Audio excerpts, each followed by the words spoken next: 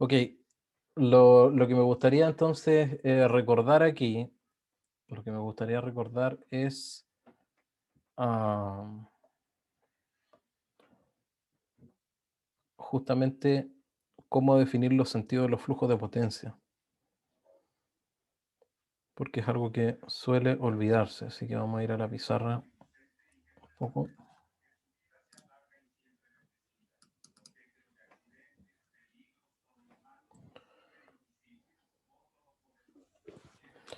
Bien, entonces recordemos una cosilla aquí. Eh,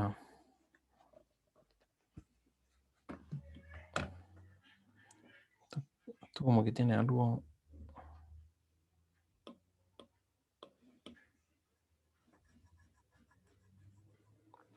Bien. Entonces, recordemos los sentidos de flujo de potencia.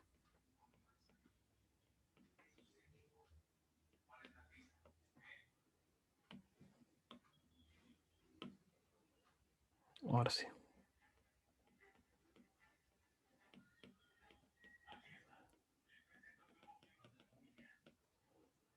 de flujos de potencia.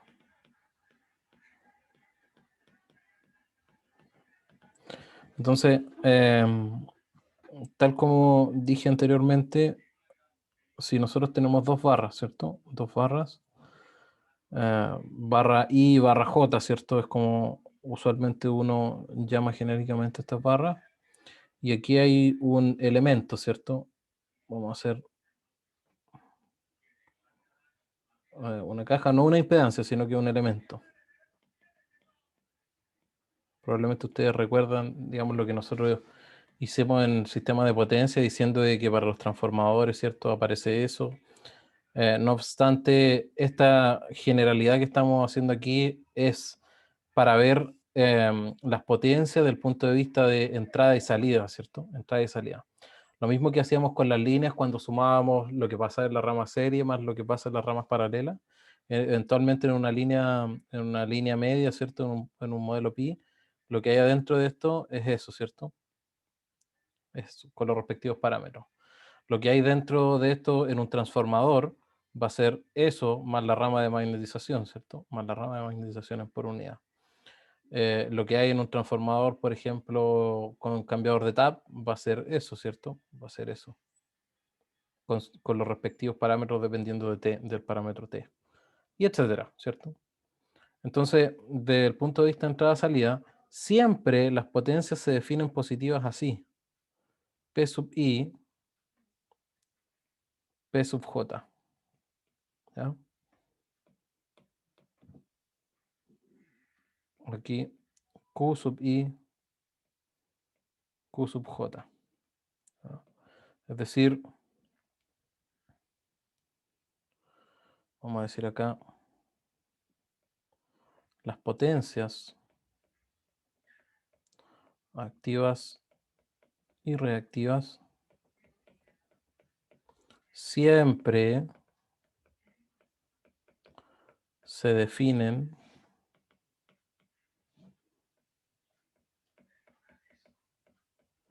positivas entrando al elemento, ¿ya? Em, yo delante dije entrando a la barra, pero eso es porque uno normalmente las potencias las pone aquí, ¿ya? P sub i, P sub j, o al menos en la literatura, en sistema de potencia, uno normalmente las encuentra así, estas cosas, ¿ya? Entonces, en ese caso, claro, van entrando a la barra. Pero hago esta diferencia porque esto sería como el cuadrito que usted encontraría, ¿cierto? Entonces, desde el punto de vista del cuadrito, esto va hacia el elemento. Así están definidas positivas. Por lo tanto, en nuestro caso, y aquí voy a mirar lo que nosotros tenemos como resultado. Por ejemplo,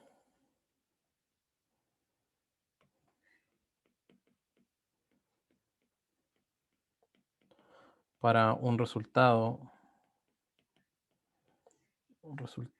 puse ahí, resultado de flujo de potencia.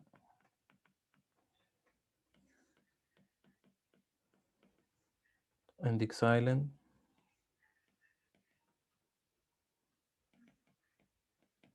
Se tiene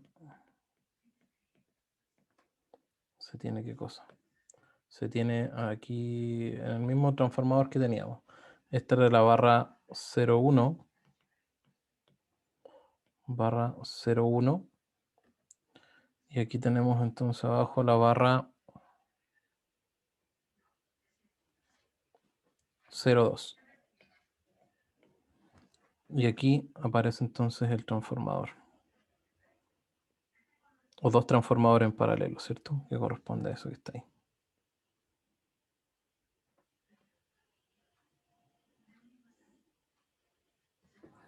Ahí está. Y la cajita, ¿qué es lo que dice? Vamos a hacer la cajita aquí. Vamos a hacer la cajita aquí. Para que no les quede ninguna duda. Esto trato de hacerlo una sola vez. ¿Ah? De aquí en adelante o después de esto ya no vamos a discutir más esta cuestión.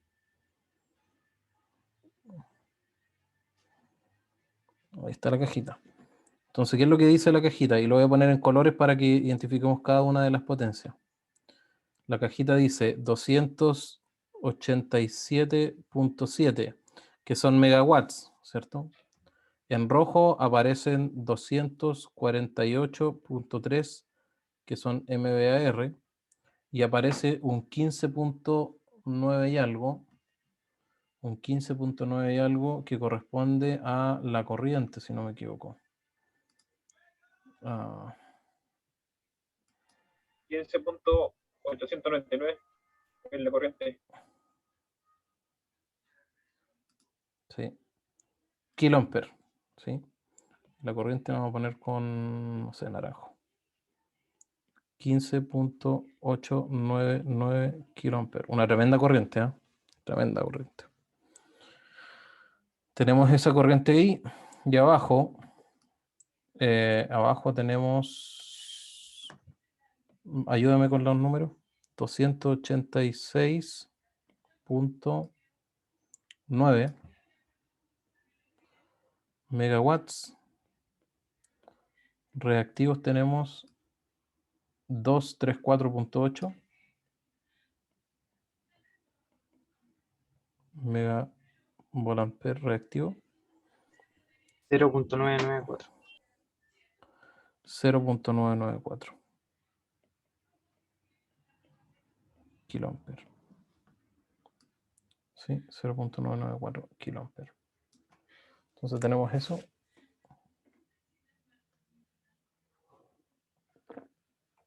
Tenemos eso que está ahí.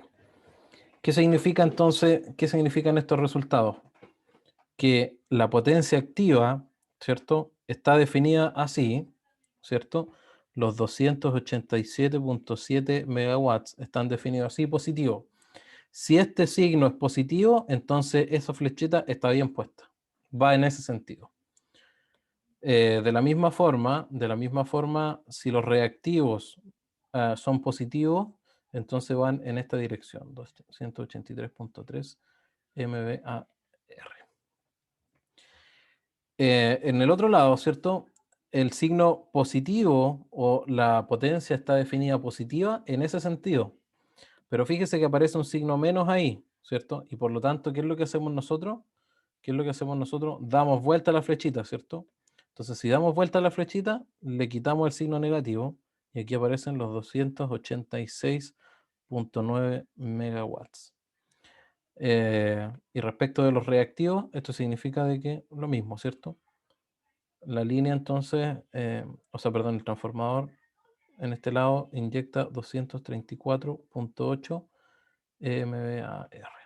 Ya, la corriente siempre va a tener signo positivo, ¿eh? Nunca va a tener negativo porque esto es el módulo, ¿ya? Y el ángulo de la corriente está en otro lado, digamos. Eventualmente lo podríamos mirar dentro de las variables, pero es el módulo de la corriente solamente, es el módulo de la corriente. Entonces, ese sentido que yo les acabo de mostrar aquí es el sentido que se utiliza para poder definir o para poder entender más bien los resultados de las cajitas en términos de flujo de potencia. Los resultados de las cajitas que van en los voltajes son súper evidentes y no necesita mayor explicación, ¿cierto? Módulo, ángulo y en valor real. Pero desde el punto de vista de las potencias, hay que tener claro en eso, de que siempre las potencias se definen positivas desde la barra hacia el elemento en las cajitas. ¿Okay? Siempre se definen positivas. Entonces, a partir de eso, la idea es que nosotros podamos tener aquello en cuenta para poder establecer entonces la operación, o que podamos entender la operación del sistema eléctrico. Pregunto, ¿queda claro eso o no? Es exactamente lo mismo que definimos nosotros cuando hablábamos de sistema eléctrico o flujo de potencia en CEP2. Sí, perfecto, está claro. Bien.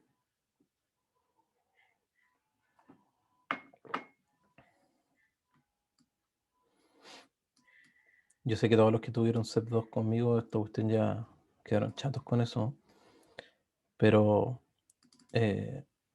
algunos de ustedes no tuvieron CEP2 conmigo y por lo tanto necesito aclarar esas cosas. Bien, dicho eso, entonces veamos la operación de estas líneas, por ejemplo. ¿Qué podríamos decir de estas líneas? ¿Qué podríamos Profe, decir de esas líneas?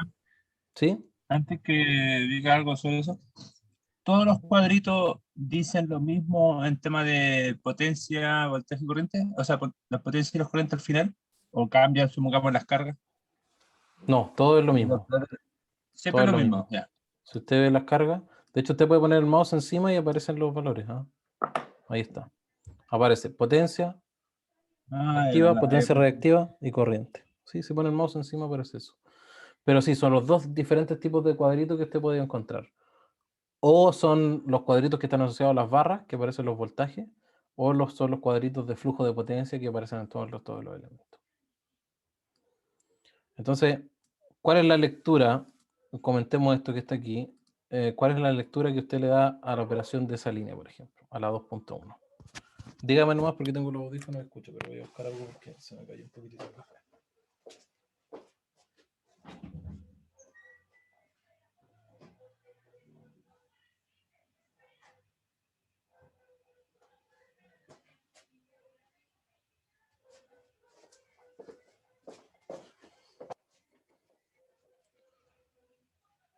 Bien, ¿qué lectura le da entonces a esa operación de la línea 2.1? Ahora sí, ¿qué operación le da a la lectura de la línea 2.1? El flujo va de izquierda a derecha. El flujo, ¿cuál flujo? Hay dos flujos ahí. La de las dos potencias, potencia activa y reactiva. Potencia activa y reactiva. Ok, los dos entonces van de izquierda a derecha. Van desde la barra que está ahí en verde, ¿cierto? De la barra 2 a la barra 5, ¿cierto? 71.1 megawatts salen de ahí y 70.8 llegan allá, ¿cierto? Se inyectan a la barra 5.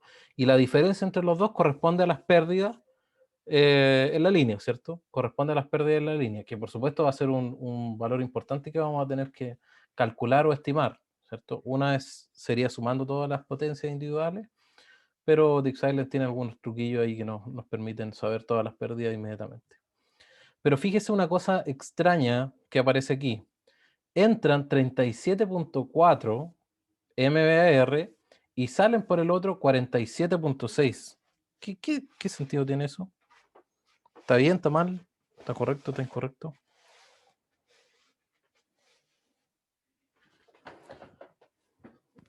Entran 37.4, salen 47.6. O sea, salen más reactivos de los que entran. ¿Qué podríamos decir de eso? El efecto de la línea. El efecto capacitivo de la línea. Inyectando. Inyecta. Oye, a mí me alegra que me respondan esto. ¿Eh? Déjeme decirle, digo que probablemente a usted es natural esta cuestión y decir, chuta, sí, la niña inyectan reactivos, está todo bien. Pero yo le preguntaba esto a sus mismos compañeros hace 5 años y era como, esta cuestión está totalmente mala, ¿cierto? Eso no tiene sentido, digamos, que una línea inyecte reactivos, digamos, o que en algunas situaciones los reactivos vayan saliendo de la línea. ¿Ah? Así que para mí un logro que ustedes me puedan responder eso así a buenas primeras, así como, sí, inyecta reactivo, es una cuestión normal, ¿cierto? Y eso es muy bueno, muy positivo. Bien. Exactamente eso, ¿cierto? Inyecta reactivos. Inyecta reactivos. ¿No? ¿Qué podríamos decir de esta otra línea, ¿cierto? 44.3 y 5.5 entran y llegan al otro lado, 43.4 y 24.4. Es decir, también inyecta reactivo la línea. Inyecta reactivo. ¿Qué pasa con el sistema de 500 kilos? ¿Qué podríamos decir de estos bancos de reactores? ¿Están bien, digamos? ¿Funciona? ¿O están haciendo su pega? ¿O están empeorando la operación?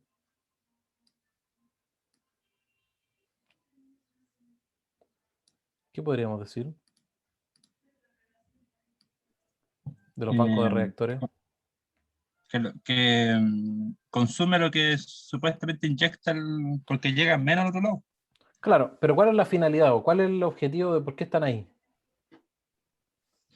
Que consuma esos reactivos. ¿Para qué? En vez de dice, para que no haya ese cambio de voltaje, creo que si no me equivoco. Para, para No que sé. en condiciones de baja carga, ¿cierto? O lo vamos a poner en otras palabras, para anular el efecto capacitivo de la línea, ¿cierto? De tal forma de que cuando nosotros tengamos una baja corriente normalmente circulando por la línea, entonces el banco de reactores pueda contrarrestar el efecto capacitivo y no hacer que el voltaje se me eleve por las nubes. Pero fíjese qué es lo que pasa aquí, que dado el perfil de tensión que tenemos, esta cosa está empeorando totalmente el asunto, ¿cierto? Entonces, probablemente sea mejor, o veamos qué es lo que pasa si yo saco de servicio estos bancos de reactores en paralelo, ¿cierto? Estos 4. ¿No? Entonces le voy a dar clic derecho, o sea, perdón, doble clic, y voy a apretar aquí donde dice out of service, ¿ya? Fuera de servicio. Ok. Y queda así como gris, así como que medio muerto. Y voy a hacer lo mismo con los 4 reactores. ¿Ya? Vaya siguiéndome. Hago lo mismo con los 4 reactores. Ahí está. Y doy flujo de potencia otra vez. ¿Qué es lo que pasó ahora? Chuta, parece que realmente era necesario, ¿cierto? Fíjese, 1.19. O sea, esta cosa está con un sobrevoltaje, pero de, de la madre patria, como decía un profesor que tenía yo. ¿Sí? Es decir, aquí podemos ver claramente que el efecto capacitivo de la línea es tan brutal, ¿cierto? Es tan brutal que en realidad tenemos voltajes, pero ultra gigantes, ¿cierto? Casi 600 kilovolts. Entonces voy a ser menos exagerado, ¿cierto? Y voy a sacar 2 de servicio. ¿Ya? Ahora, en la práctica, lo que realmente uno tiene son reactores que tienen una cantidad de pasos, ¿ya? No es como todo on, todo off, sino que entre el off y el on tengo entonces pasos intermedios, 3, 5, 7 normalmente, ¿ya? Para poder yo ajustar a la cantidad que quiero. Entonces puse esos 2 abajo y ahora deberíamos tener algo un poquito más amigable, ¿se fija? Sacamos de operación solamente esos 2 de arriba, solamente esos 2 de arriba, y fíjese cómo mejoraron los colores del sistema en general. Ahora están casi todos verdes, ¿cierto? Antes estaban todos súper azules, o incluso más bajo que azul. Así que solamente mejorando la operación o, o el encendido o el que esté en servicio o no en servicio, estos reactores, inmediatamente mejoramos la operación del sistema eléctrico. Inmediatamente, inmediatamente. Entonces, un poco adelantando lo que vamos a ver después, los, reactores en paralelo son un elemento más dentro del control de tensión, ¿cierto? De hecho, por eso están ahí, esa es su función, poder absorber reactivos de tal forma de no tener una sobretensión producida por las líneas, ¿cierto? Ya vimos que sin los reactores esta cosa se nos dispara por las nubes, Entonces, en la tarea número 2, cuando hagamos control de tensión, estos elementos, por supuesto, van a ser un elemento más dentro de nuestro puzzle de elementos que nos van a servir para controlar la tensión. ¿Ya? Bueno, voy a volver a la condición inicial, que no importa si es buena o mala, es la condición base, digamos, que tenemos como comparación. Calculamos los flujos de potencia. Vamos a ver las cargas ahora, ¿cierto? Estábamos mirando los elementos que son parte del sistema de transmisión, por decirlo de alguna forma, ¿cierto?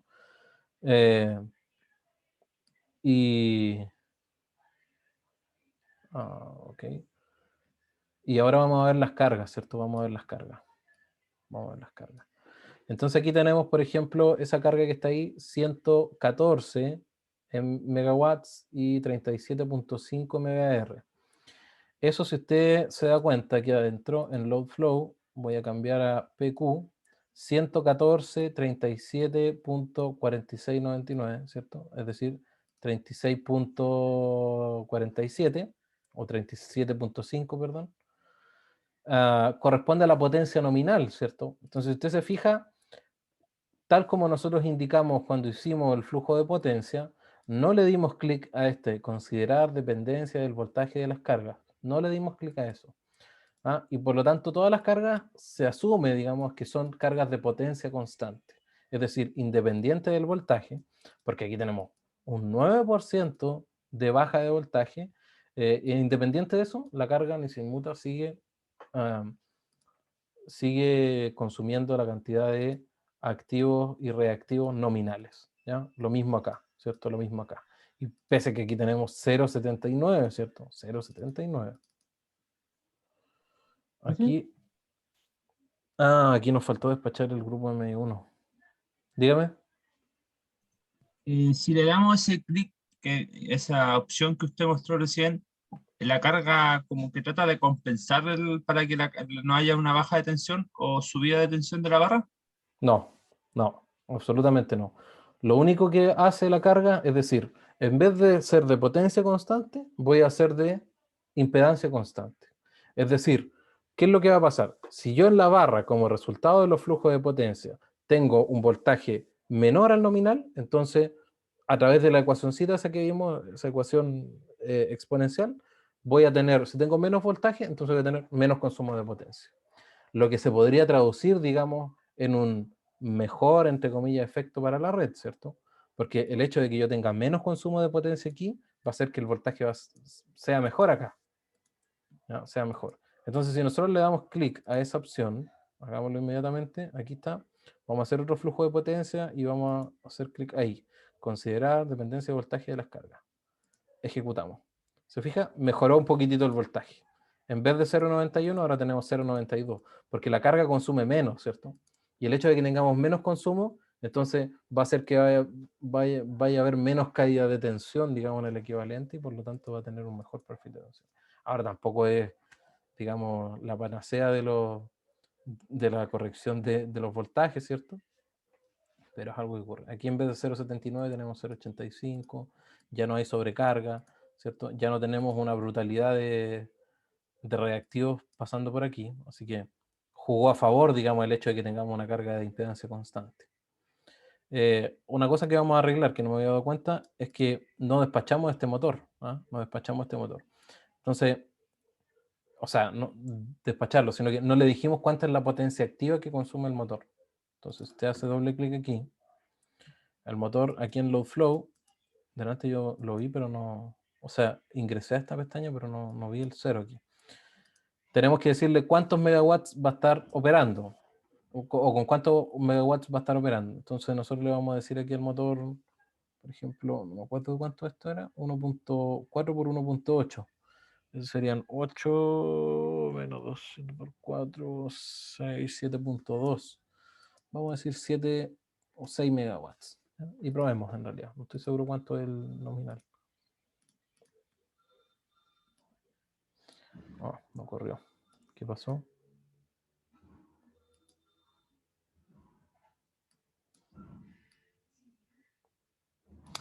Dice, el grupo MI1, el power set point que usted puso excede el stalling point, o sea, el punto máximo, digamos, por defecto de la máquina.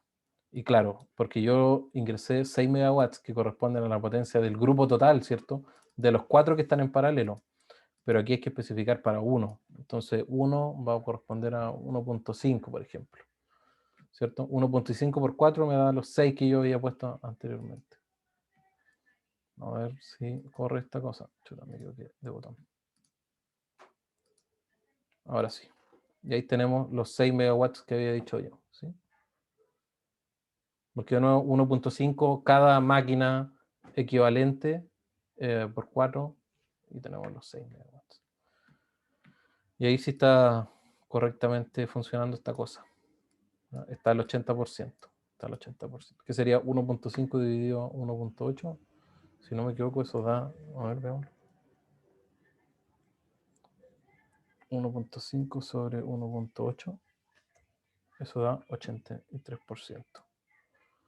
Ok, el resto son los reactivos, entonces. El resto son los reactivos. Bien, eso respecto de flujo de potencia. Lo primero que tenemos que aprender a hacer es calcular las cosas, saber ocupar el programa y todas las conclusiones que ustedes podrían sacar de esto son las mismas que establecimos en CEP2 y que ustedes han aprendido a través de la carrera. Así que eso, digamos, lo voy a dar por pasado porque ustedes ya lo saben como cuestión teórica. Lo que quiero enseñarles acá es dónde hacer los clics y cómo hacer los clics y cómo entender los clics respectivos para hacer cada análisis. Por supuesto, a medida que vayamos avanzando en el curso, vamos a ir aprendiendo, por ejemplo, cómo corregir estos problemas de tensión que podríamos ver ahí. Ya dijimos que un elemento es quitar estos bancos de reactores. El problema, digamos, que están especificados como completamente on o completamente off, y digamos, hay que vivir con eso. ¿Ya? No los vamos a cambiar así como, podríamos hacer de que estos sean de paso. No, digamos, en la práctica muy rara vez va a poder hacer eso, sobre todo cuando son equipos tan grandes. Vamos a asumir que el sistema que tenemos es ese y tenemos que tratar de batirnoslas con lo que tenemos. Bien, eso respecto de la dígame. ¿Se puede hacer algo para que las líneas aparezcan en color cuando están sobrecargadas, ¿no? Como que como están en negro no aparece. No, porque la sobrecarga está definida, tal como vimos acá, está definida sobre un 80%. O sea, no sobrecarga, sino que el porcentaje de carga aparece única y exclusivamente cuando usted está sobre el Ah, ya. 80%. Entonces no están de ese color porque no están sobrecargadas, ¿no? No están o sea, no están ni entre un 80 y un 100. O Claro, sea, usted bien. nunca debería esperar que algo esté en sobrecarga, ¿cierto? Si pasa eso, ya estamos mal, ¿cierto? Y usted se fija que hay 53%, ¿cierto? El numerito que aparece abajo es el porcentaje de carga. 27, 24, 45, etcétera. Usted puede ver ahí, ir mirando todas las líneas y aparece el porcentaje de carga. Ahora, por ejemplo, usted podría pensar, bueno, bajo algún X motivo, por si acaso con esta que aparece como una calculadora con un undo, ¿cierto? Con una flechita hacia atrás, usted aprieta esto, le da OK, y como que vuelve al sistema original, ¿cierto? Entonces, nosotros podríamos pensar, mira, ¿qué pasaría si esta línea sale de servicio? ¿Ya? Bueno, les explico mejor. Hay dos formas de sacar de servicio. Una es ingresar a la línea y poner fuera de servicio, ¿ya? Y está en gris, por lo tanto está desactivada, desenergizada, todo lo que queramos. Nosotros podemos hacer algún cálculo y eso va a seguir desenergizado, ¿cierto? Va a seguir desenergizado, como está ahí. Y lo otro, la otra forma de hacerlo, que también es válida, es derechamente darle doble clic a estos suertes de interruptores de potencia que están aquí, ¿ya? Y lo que hace es exactamente lo mismo, ¿no? Es decir, la línea está fuera de servicio, pero no dentro del elemento, ¿ya? La línea como propiamente tal no está fuera de servicio, pero no está conectada a esa barra ni está conectada a esa barra, por lo tanto no va a tener ningún resultado, ¿cierto? Entonces, ¿qué es lo que le quería decir yo? ¿Qué es lo que le quería decir yo? Ah, es que vamos a sacar el servicio de la línea. ¿Qué pasaría si por X motivo en este sistema, ¿cierto? Esa línea que está ahí está en mantención, por ejemplo. Está en mantención. Entonces, no, sería un punto importante poder considerar, bueno, ¿cómo operaría el sistema si esa línea está en mantención, está fuera de servicio por X motivo? ¿No? Entonces nosotros lo podríamos hacer con flujo de potencia. Hacemos flujo de potencia y vemos qué es lo que pasa. Bueno, era de esperar, ¿cierto? El único alimentador que hay entre este punto y este punto son estas dos líneas, por lo tanto, lo que no llevaba esa, ahora obligatoriamente lo tiene que llevar esa, ¿cierto? Obligatoriamente. Y por lo tanto, quedó esa sobrecargada en un 1%. En un 1%. Ahora, no necesariamente va a pasar eso cuando hay caminos alternativos, ¿cierto? Por ejemplo, hagamos un flujo de potencia en el caso inicial. En el caso inicial. Estábamos ahí. Entonces, por ejemplo, veamos esta situación. Voy a agrandar un poquitito aquí. Esa situación. Entonces usted tiene esas líneas que están ahí, ¿cierto? Esas líneas que están ahí. 59.5, 59.5. ¿Qué es lo que pasa si usted saca de servicio esa línea? A ver, adivinemos, ¿cierto? Antes de que hagamos cualquier cosa. ¿Qué debería pasar de acuerdo a su lógica?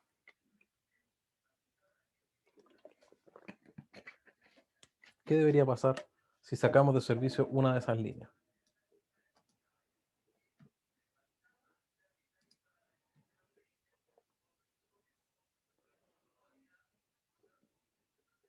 ¿Cristian tenía la mano arriba? Hable nomás.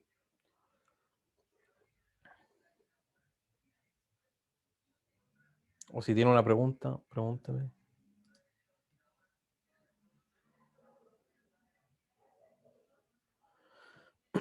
Bien, repito la pregunta. ¿Qué debería pasar en la operación del sistema si yo saco esta línea de servicio?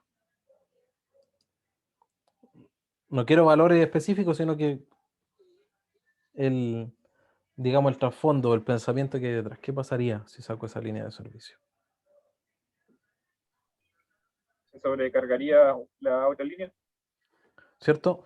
Un pensamiento normal sería decir, perfecto. Si saco esa, Pasaría si- ahí pasaría el doble de potencia reactiva y activa en la que queda. se traspasaría para el otro, ¿cierto? Se traspasaría. Eso sería digamos, el pensamiento común. Pero fíjese que eso sucede única y exclusivamente cuando usted no tiene otro punto que conecte estas dos barras, ¿cierto? Entre esa y esa, solamente tiene esas dos, ¿cierto?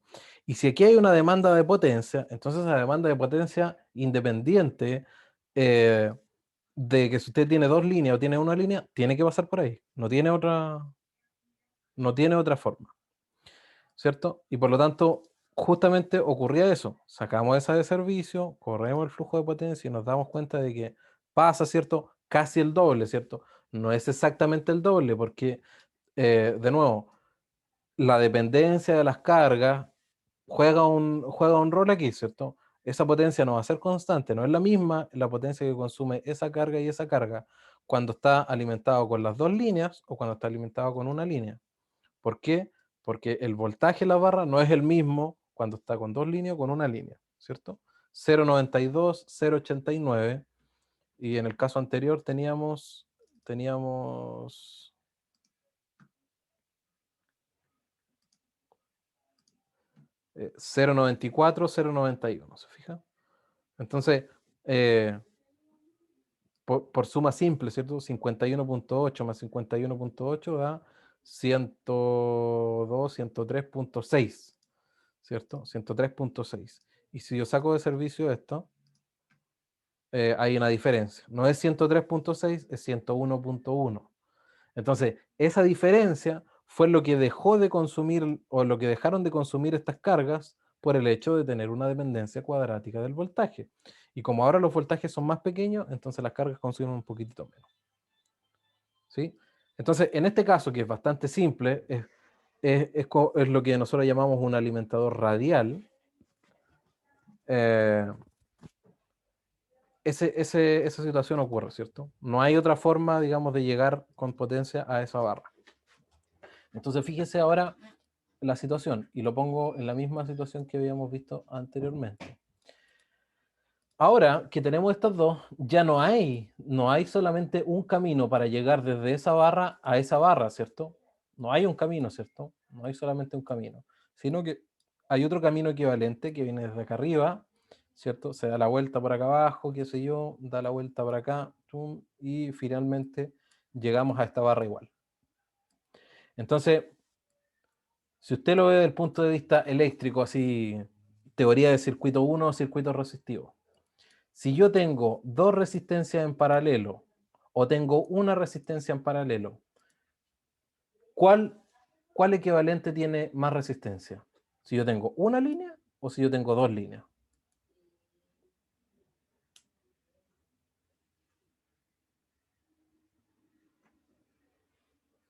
Pregunto. Si usted pensara en el mundo ideal, pura resistencia, ¿no? ¿Qué tendría más resistencia? ¿Las dos en paralelo o una solita? Una solita.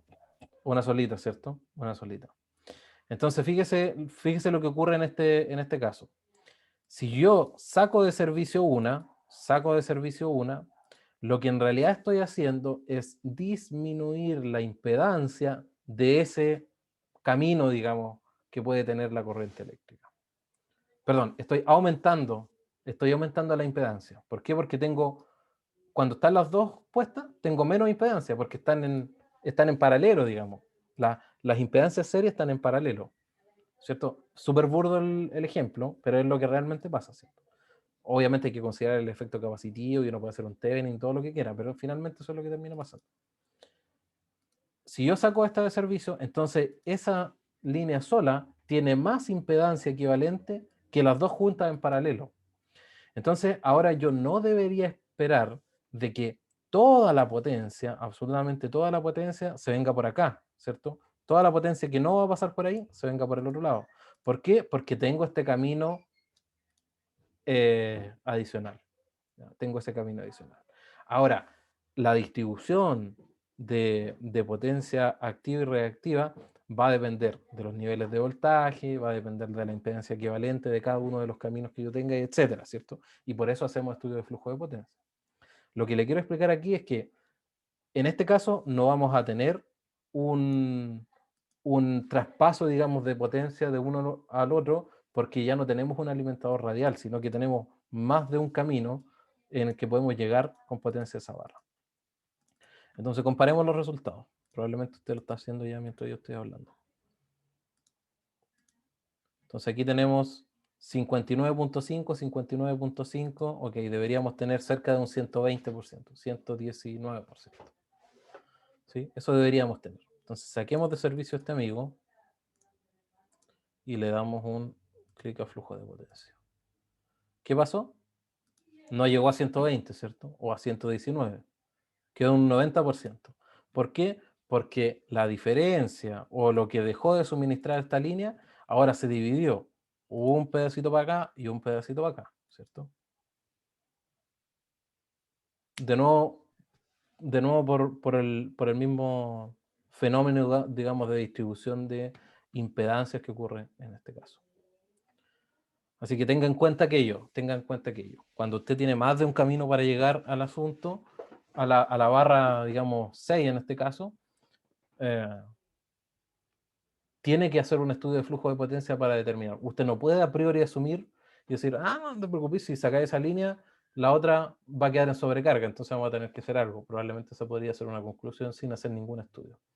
Entonces, si usted hace un estudio y se da cuenta, mira, no, la potencia no se va toda por ahí, sino que se reparte entre la línea 3.2 y todo el otro, digamos, camino alternativo que tiene, que a través del transformador 2, las líneas de 500, etc.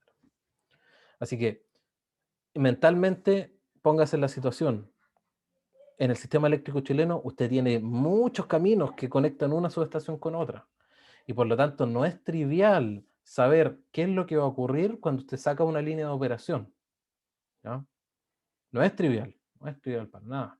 O si usted aumenta la carga si usted aumenta la carga, por ejemplo, en un consumo, ¿cierto? Aumenta el nivel de carga, aumentó un 50%, y usted tiene múltiples caminos para llegar al alimentador que está aquí, entonces no es evidente, uno no puede saber a priori si esas líneas se van a sobrecargar o no, si esta cosa aumenta al doble. ¿Ya? En este caso sí, ¿cierto? Es prácticamente un alimentador radial, pero por ejemplo en la línea que está abajo, ¿cierto? En las líneas que están abajo. Si esta carga total de este grupo de cargas 1 se triplica, por ejemplo, usted no podría saber si es que ese transformador se va a sobrecargar o no, o si esas líneas se van a sobrecargar o no. No lo puede saber a priori.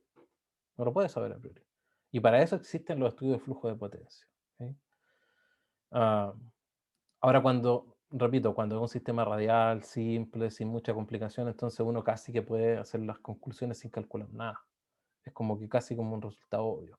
Pero cuando uno tiene un sistema ya un poquito más complejo, más enmallado, con más elementos en paralelo, entonces los estudios de flujo de potencia salen a la luz y digamos, me resuelven todo el problema técnico. Así que vamos a ir borrando algunos paradigmas, digamos, que teníamos anteriormente, como la pregunta que les hice acá. Bien, vamos a tomarnos 5 minutos de descanso y regresamos a la vuelta. Dígame. Hay una consulta, aprovechando igual que estaba hablando sobre sacar líneas de servicio. Supongamos en el transformador 2, cuando se saca uno del servicio, ¿por qué? O sea, las líneas 3.2 y 1 tienden a sobrecargarse, pero las 1.1 y 1.2 baja su carga. A ver, repitamos lo que me dijo, porque me perdí. Si usted saca uno de estos dos transformadores de servicio, eso es lo que dice, ¿cierto? Pero se sobrecargan las líneas 3.1 y 3.2, pero la 1.2 y 1.1 no se sobrecargan, o sea, están 44, quedan 38. Ah, entonces veamos lo que dice usted. Buen dato. Entonces vamos a hacer un pequeño zoom aquí. Y usted dice, ok, ahora están en 42.5. Y usted dice, voy a sacar uno de estos dos transformadores que están en paralelo, ¿cierto? Eso es el Pero, evento que está sí, viendo. Usted dice aquí, en vez de 2, voy a poner 1. Salió uno de servicio. Perfecto. Y hago de nuevo el asunto. ¿Y qué pasó? Ahora quedo con menos carga. Entonces, exactamente lo mismo. ¿Qué camino tiene más impedancia? Un camino que tengo dos transformadores, es decir, dos impedancias en serie, dos impedancias en serie entre esa barra y esa barra, pero están en paralelo, o uno solo. ¿Cuál tiene más impedancia? uno. Uno solo, ¿cierto? Entonces, si yo tengo más impedancia ahora, ¿qué es lo que va a pasar? Menos potencia por este lado. Porque si usted se para aquí en la barra 2, va a tener menos impedancia para este lado que para este lado, comparado con el caso anterior. Entonces el problema tiene que ver con saber las impedancias, ¿ya? Es decir, si usted vio que por un camino aumentó la impedancia, entonces la potencia se va a redistribuir por el lado donde haya menos impedancia. Así de simple. Entonces, como ahora hay más impedancia, aquí va a haber menos potencia circulando y por lo tanto van a estar menos cargadas las líneas. Eso es. Ya, profe. Buena la pregunta, sí, ¿eh? Muy buena. Entonces, situaciones como esa van a estar en todos lados, aquí. Van a estar en todos lados. Bien, ahora sí, con la pausa 5 minutos y regresamos. Bien, lo que acabamos de ver entonces corresponde a los cálculos de flujo de potencia y lo que les voy a encargar, digamos, ahora como trabajo personal para que puedan practicar es que vean las diferencias, principalmente en términos de flujos de potencia y voltajes en las barras, cuando consideramos, por ejemplo, otro tipo de a otro tipo de dependencia de voltaje de las cargas. Es decir, cambiamos el modelo a un modelo de corriente constante, ¿cierto? O de potencia constante, o incluso algún otro modelo exponencial, como el que vimos en la última clase, que tenían, digamos, exponentes entre 0 y 3, digamos que no necesariamente tenía que ser 0, 1 y 2, sino que cualquier otro exponente.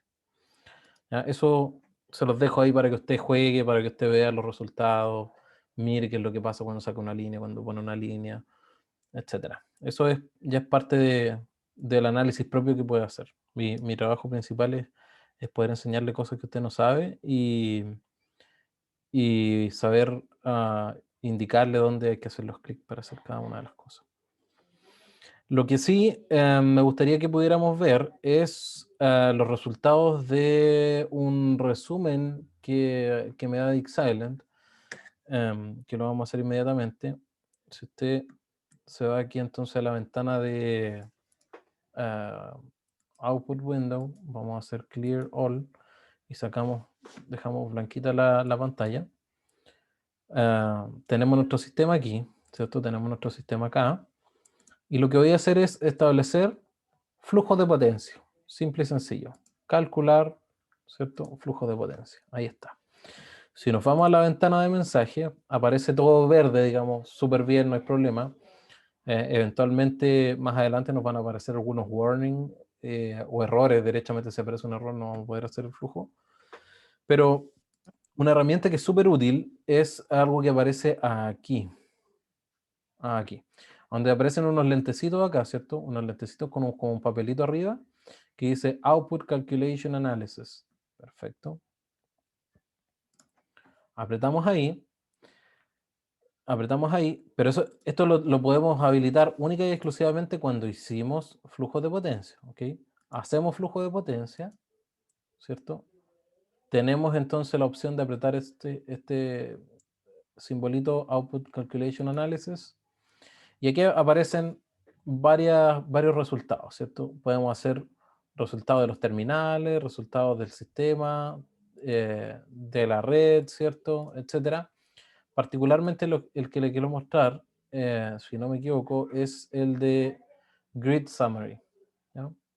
Ejecutamos acá y parece que no hizo nada, pero nos vamos a la ventana de mensaje y aparece algo interesante aquí, ¿cierto? Entonces Xsilent le dice, ok, usted hizo un análisis de este tipo, bla, bla, bla. Aquí están los números de elementos que tiene, qué sé yo. Y...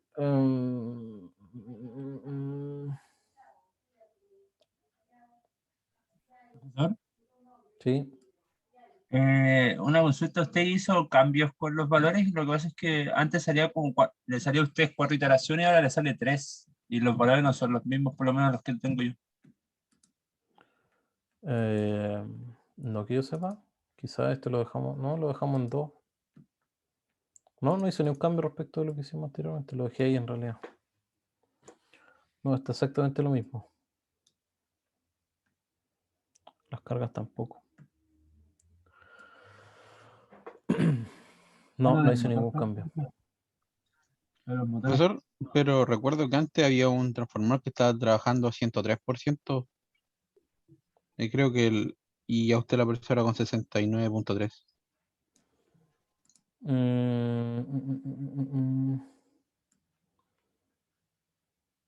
Sí, tiene razón, ¿no? Tiene razón. Déjeme ver.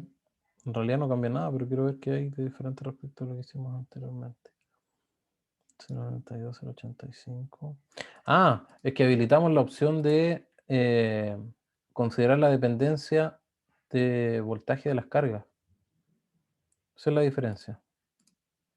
¿Se fija? Ahí está 103.4. Cuando Claro, profe. cuando lo considero como potencia constante. Y ahí están como impedancia constante, que es como la definimos nosotros. Y eso es justamente lo que yo le decía que pudiese hacer a usted, ¿eh? Que viera cómo es esa dependencia o si utiliza cualquier otra definición que vimos en el documento que revisamos. Ese cambio me faltaba. ¿Cómo lo hizo ese cambio, profe? ¿En qué Aquí parte lo hace? cuando usted hace flujo de potencia, Usted le dice acá, aquí abajito dice Load Options. Dice considerar dependencia de voltaje de las cargas. Clic o no clic. Ah, ya queda por favor. ¿Sí? Lo dejamos cliqueado, pero en realidad usted va a elegir ahí aquello. En la tarea todo eso va a salir especificado. ¿Ah? La idea es que ahora en clases podamos hacer y deshacer y entender todo lo que pasa. Lo que va a estar estrictamente definido que usted va a tener que hacer va a ser respecto de lo que aparece en la tarea en el enunciado. Pero eso ¿Fue el enunciado de la tarea? ¿Sabe más o menos cuándo lo va a dar? Sí, eso está definido en la programación. No sé cuándo es, no me acuerdo, pero está definido en la programación del curso. Lo que vimos en la primera clase. Ah, ya. Esa es la fecha estimada que hay. Ahí aparece como entrega de enunciado, entrega de la solución. Lo puedo hacer una vez más. Aquí es, ¿ah? Para los que todavía no lo captaron. Cómo agregar o no agregar la dependencia de voltaje que nosotros establecimos en el type de las cargas. Recuerde que aquí en el type nosotros dijimos, perfecto, las vamos a dejar como impedancia constante. Impedancia constante. ¿Cómo consideramos eso en los análisis de flujo de potencia? Cuando apretamos clic aquí en flujo de potencia, aquí abajito dice Load Options. Si no tenemos cliqueado eso, entonces no considera la dependencia de voltaje de las cargas, ¿cierto? Es decir, quedan todas por defecto como potencia constante. Mientras que si usted hace clic aquí, va a considerar el modelo que usted definió en cada type de las cargas respectivas. ¿No? Eso es todo. Y después le da a ejecutar y ahí se hacen los análisis respectivos. O sea, no es que se hacen los cálculos, ¿cierto? Los análisis los hace usted. Bien, ¿dónde estábamos? Yo le quería mostrar los resultados del Grid Summary. Pero me perdí. Vamos de nuevo. Clear all.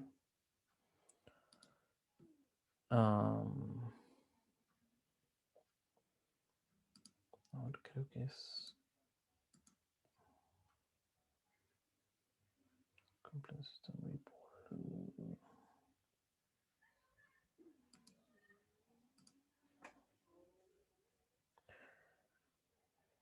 Ok, aquí está entonces.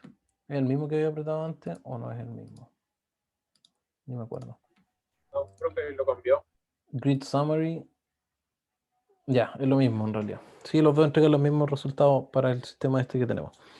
Entonces, cuando usted corre un flujo de potencia, ¿cierto? Corre el flujo de potencia, ve los resultados aquí, puede apretar clic aquí arriba donde dice Output Calculation Analysis. Y particularmente nos va a interesar este Grid Summary, que es como un resumen de los resultados importantes de flujos de potencia. Le da a ejecutar, ¿cierto? Y los resultados aparecen en la ventana de aquí, ¿cierto? En esta ventanita. Entonces, ¿qué es lo que dice aquí? Bueno, aquí lo corrí 2 veces, por eso sale 2 veces. ¿Qué es lo que dice particularmente aquí?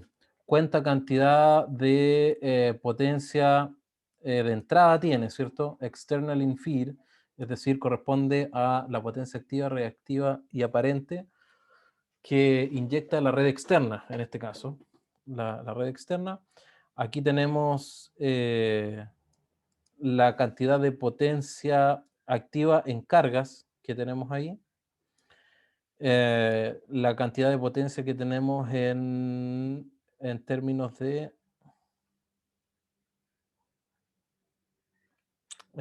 motores y particularmente esto que está ahí, que son las pérdidas, ¿cierto? Esa es una forma de ver las pérdidas fácilmente. Que es la suma de las pérdidas individuales de cada uno de los elementos, ¿cierto? Los que estuvieron en CEP2, ¿cierto? Vimos varias formas de poder hacer o calcular ese parámetro que está ahí. Pero aquí lo podemos hacer fácilmente, ¿cierto? Las pérdidas en la red completa, particularmente las pérdidas en megawatts. Eso va a ser bastante interesante de poder tener siempre presente ese dato. 3.76 megawatts. Y fíjese de que la red esta, como lo tenemos ahora definida, es de 250 megawatts más o menos en carga tenemos, ¿ya? Que es lo que inyecta la red. ¿Ya? Un poquitito menos porque están los 3.17 megawatts de pérdida. Pero fíjese la buena eficiencia que tiene el sistema. Es decir, estamos inyectando 250.7 megawatts y en realidad estamos consumiendo como 247, ¿sí? Es decir, las pérdidas son menores al 1%, ¿no? O un poquitito más del menor al 2% en realidad, menor al 2%. Y eso para cualquier sistema eléctrico o para cualquier sistema en general de ingeniería es bastante bueno, bastante bueno. Por supuesto entra en juego también los reactivos, ¿cierto? Y qué sé yo. Pero en términos de potencia activa, estamos bastante bien. Bien, eso respecto de flujo de potencia. Segundo análisis importante. Cortocircuito. Entonces, ¿qué es lo que le voy a enseñar ahora? ¿Dónde hacer los clics para correr un cortocircuito? ¿Sí? Tenemos poco tiempo, así que la otra semana vamos a ver qué es lo que define la norma respecto a esto, y etcétera. Entonces, el botoncito que está al lado, que es como un rayo, ¿cierto? El botoncito que está ahí, que está al lado, que es como un rayo, corresponde al cálculo de corrientes de cortocircuito. ¿No? Entonces, nosotros aquí al programa le tenemos que decir, bien, a partir de todos los parámetros que nosotros ya dijimos, ¿cierto? Ya dimos los parámetros de secuencia positiva, de secuencia negativa, de secuencia cero, ¿cierto? El programa, de acuerdo al método de cálculo que tiene, ya sabe que considera o no considera los motores, considera o no considera las cargas, cómo modela la red externa. Todo eso está asumido a partir de el método de cálculo que establece o que nosotros le decimos al programa. Entonces, aparecen varios estándares de cálculo, ¿cierto? El IEC 60909, el IEC 61363, etc. ¿Ya? De acuerdo a la norma técnica, el estándar de cálculo que vamos a utilizar nosotros es el IEC 60909. Eso está definido en la norma técnica chilena de seguridad y calidad de suministro, y de hecho yo le subí también a Moodle el anexo técnico de cálculo de corriente de cortocircuito, porque lo vamos a mirar también en la próxima clase. Entonces aquí nos aparece todo un popurrí de fallas que podemos analizar o que podemos calcular. De nuevo, el programa lo que hace es calcular, no analizar. De nuevo, nos tomamos como referencia de la norma para decir cuáles son las 4 fallas que tenemos que calcular. Trifásicas, bifásica tierra y monofásica, ¿cierto? Ahí está, trifásica, bifásica, monofásica tierra, ¿cierto? Single phase to ground, monofásica y bifásica tierra. Las primeras 4 que están ahí son las que siempre vamos a tener que estar viendo nosotros y vamos a tener que calcular. Siempre. ¿Ya? Vamos para un cortocircuito trifásico para que nos vayamos con algún cálculo. ¿Qué vamos a calcular? ¿Los valores máximos o los valores mínimos? Máximos, ¿cierto? Máximo, normalmente uno quiere calcular los valores máximos. Esto no lo tomamos en cuenta todavía, ¿cierto? Duración del cortocircuito, etc. Impedancia de falla, 0, ¿cierto? Es decir, tenemos una falla franca, así le llamamos. Y aquí vamos a seleccionar entonces la barra que queremos, la barra donde queremos que ocurra la falla. Por ejemplo, pensemos que la falla va a ser en la barra, vamos a ver alguna barra intermedia, en esa, por ejemplo, en la barra 6. ¿Ok? Entonces le tenemos que decir al programa, ok, quiero una falla ahí. Entonces vamos a cortocircuito. Aquí fault location, le decimos entonces aquí seleccionar, vamos a network model, network data, grid, donde están todos los elementos, y seleccionamos la barra 06 que queremos fallar. Ahí está, esa y ok. Entonces aquí le estamos diciendo, queremos un cortocircuito trifásico para calcular los valores máximos de cortocircuito a través del método IEC 60909 y una impedancia de falla nula en la barra 6. Perfecto. Ejecutamos. ¿Y qué es lo que aparece? De nuevos resultados que vamos a tener que leer. Vamos a tener que saber leer. Ahí está. Si hacemos clic ahí, aparece un SKSS. Cada vez que aparezca SS, hace referencia a short circuit, ¿ya? Es decir, cortocircuito. Entonces aparece un S sub K de cortocircuito. Eso corresponde, ¿qué es lo que llamamos como I sub K? ¿Qué es lo que llamamos como I sub K? Step 2, I sub K. Corriente de falla. Corriente de falla, pero ¿qué gracia tenía el I sub K? ¿Lo momentáneo o no, profe? Corriente momentánea. Eso. ¿No? Exactamente. Y recuerde que nosotros le llamábamos, cuando tenía dos primas, era la corriente momentánea subtransitoria, cuando tenía una comita arriba era transitoria, y cuando no tenía comita era la de estado estacionario. ¿Ya? Ahora, por el momento pensemos que es la corriente de cortocircuito simétrica, ¿ok? Después vamos a ver entonces todas las componentes que nos dice o que nos especifica la norma técnica, y vamos a ver cómo extraerla a través del programa. Pero lo importante es que tenemos una corriente de falla simétrica de 4.07 kA, y tenemos una corriente peak de 9.465 kA, que corresponde, la corriente peak corresponde a la corriente asimétrica inicial máxima, ¿ya? Es decir, es el máximo de los máximos, digamos. ¿Y qué es lo que sale en las otras cajitas? ¿Qué es lo que sale en las otras cajitas? Aparecen los aportes de corriente que vienen de cada uno de los elementos, ¿se fija?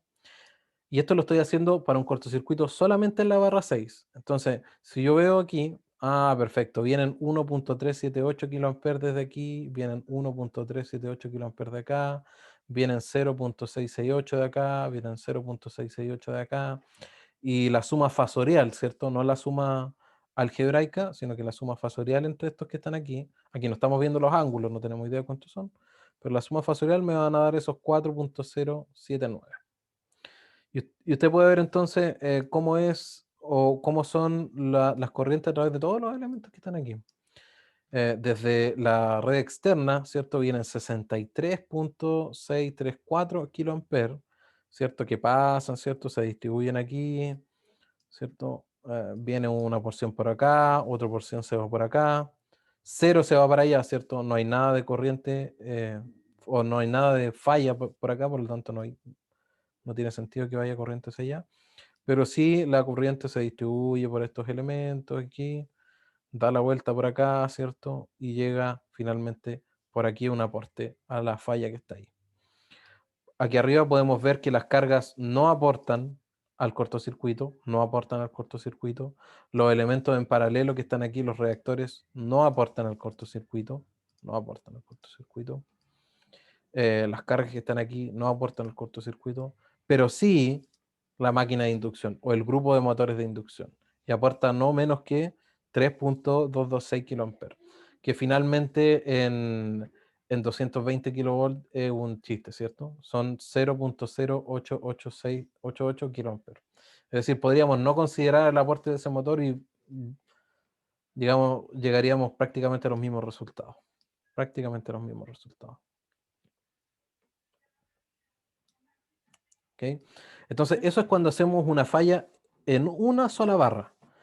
Cuando hacemos la falla solamente en la barra 6, podemos ver los resultados totales en la barra 6 y el aporte que viene de todos los elementos del sistema, ¿ya? Y cómo se distribuyen las corrientes a través de todo el sistema.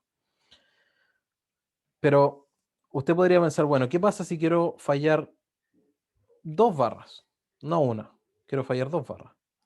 ¿Ya? No es que sea un cortocircuito simultáneo, sino que quiero fallar dos barras.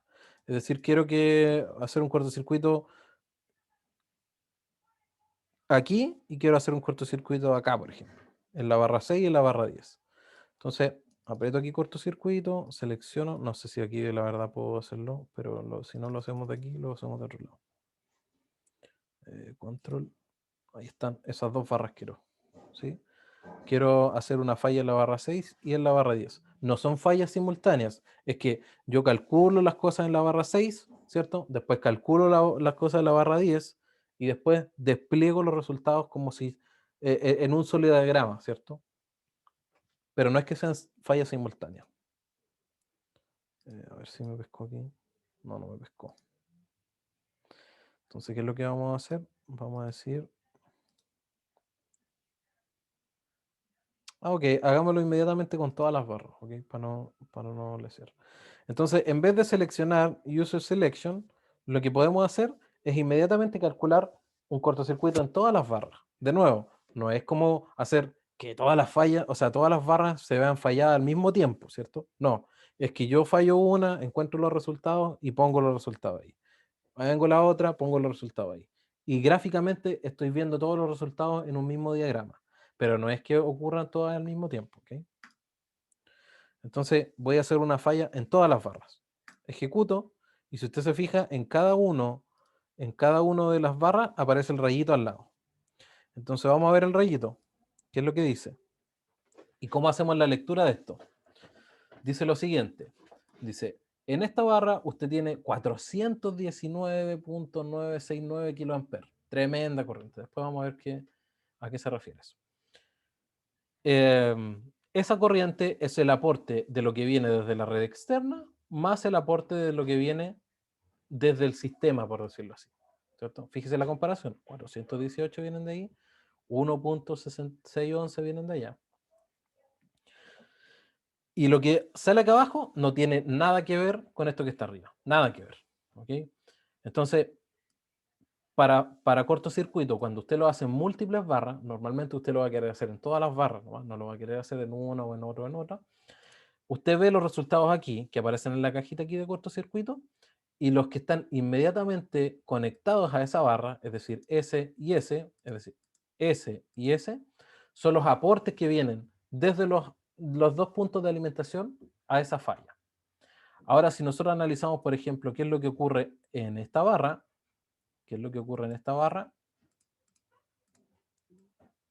ahí, entonces usted tiene, en esta barra tiene 14.938 kiloamperes. 14.838 vienen de aquí, 0.046 vienen de acá, 0.028 vienen de aquí, 0.028 vienen de acá y 0 vienen de acá. ¿Ya? Y la suma fasorial de S más S más S más S más S más S me va a dar el total aquí.